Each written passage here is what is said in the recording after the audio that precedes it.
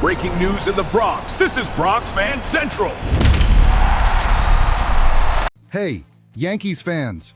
Ryan Carter here. Look, the Yankees finally showed some grit in that ninth inning against the Angels. But something is really bothering me. We won with speed, with aggression. But what about Jazz Chisholm Jr.? The guy was a hero on the bases, but at the plate, the numbers are scary.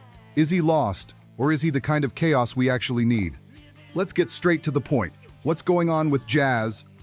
What we saw at Yankee Stadium against the Angels was the kind of game that tests anyone's heart. After a week where the team looked stuck, completely out of rhythm, Wednesday's ninth inning brought a sense of urgency I hadn't seen in a long time. It felt like the script of another loss was about to repeat itself, but aggression took over. It was the legs, the speed, and the pressure on Jordan Romano that pulled off that dramatic win. The Bronx needed that just to breathe. The situation was critical. The team was coming off a tough 7-1 loss, getting dominated by Reed Detmers. In the ninth inning, luck showed up when Oswald Peraza, a guy we know well, let a ball drop. But it wasn't just luck. Here's what came next. Jazz Chisholm Jr. stole second base, Austin Wells showed patience for the walk, and Jose Caballero delivered the hit that decided everything. That slide by Wells at home plate was the symbol of a team that decided to stop accepting defeat. Manager Aaron Boone was up against the wall. With the offense in a terrible slump, the instinct for many managers would be to play it safe, wait for the opponent's mistake. But this time, Boone and third base coach Luis Rojas doubled down. Sending Jazz to steal in that moment was a calculated risk that changed the energy in the dugout. Boone said the way the team handles adversity says a lot about who they are. And what we saw was a team that, when the bats failed, used its legs. We've seen this movie before. The Yankees started 2026 flying with a 7-1 record, looking like a runaway train. But reality hit hard and the record dropped to 10-8. Getting crushed by the Rays and falling behind them in the division, this early raises a red flag. Usually, the collapse comes in the summer, but this early crisis forced the team to show character sooner than expected. That ninth inning determination against the Angels proves this group still has backbone. Now, let's be honest here. Do you also get that uneasy feeling when Jazz Chisholm Jr. steps up to the plate lately? It's a mix of hope and desperation.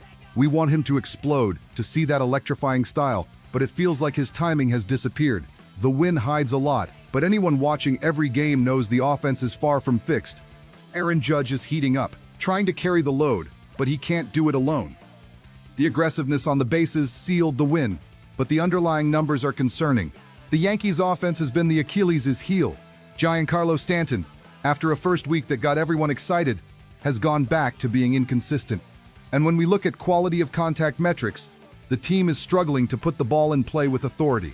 Boone needs that dramatic win to become fuel, because relying on opponent mistakes in the ninth inning is not a sustainable strategy over 162 games. Judge made it clear. Don't try to do too much. Look at yourselves and see what can change. That hits players like Jazz directly. His impact in the clubhouse is big because of his energy, but his on-field production is weighing things down.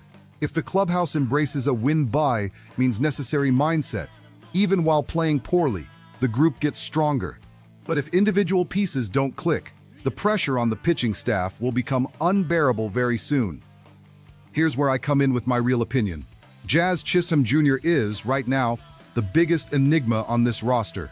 If you look at the advanced stats, he's in the first percentile in expected weighted on-base average and expected slugging percentage. In plain terms, he's among the worst hitters in the league at the moment. He looks completely lost in the batter's box. But, and this is a huge but, he created the chaos on the bases that gave us the win. Is it worth keeping a guy who can't hit anything right now just because of his speed? To me, he needs a reset, maybe a mental day off or moving him down in the lineup. The talent is there, but Jazz can't be just a base-running specialist making what he makes and occupying the role he does.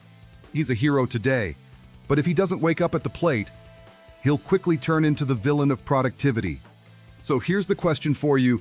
Does Jazz Chisholm Jr. deserve to remain an everyday starter even in this slump at the plate? Or is it time for Boone to give him some bench time to rebuild his confidence? We've got a tough series ahead, and Mike Trout doesn't forgive mistakes. Drop your thoughts in the comments. What would you do if you were the manager?